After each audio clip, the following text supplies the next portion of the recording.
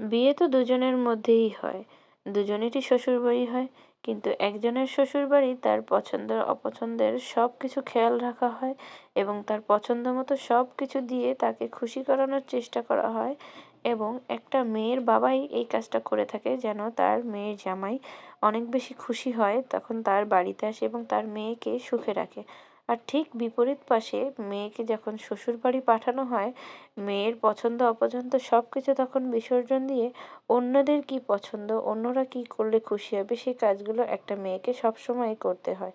এজন্যই বলে জামাই আদর হয়, বউ আদর কিন্তু আমাদের সমাজে খুব একটা দেখা যায় না বা না হয় বললেই চলে।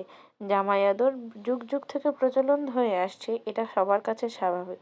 কিন্তু কেউ যদি একবার বউ আদর বা বউ আপ্যায়ন করে ফেলেছে তাহলে তো সে অনেক বড় বিপদ করে ফেলেছে।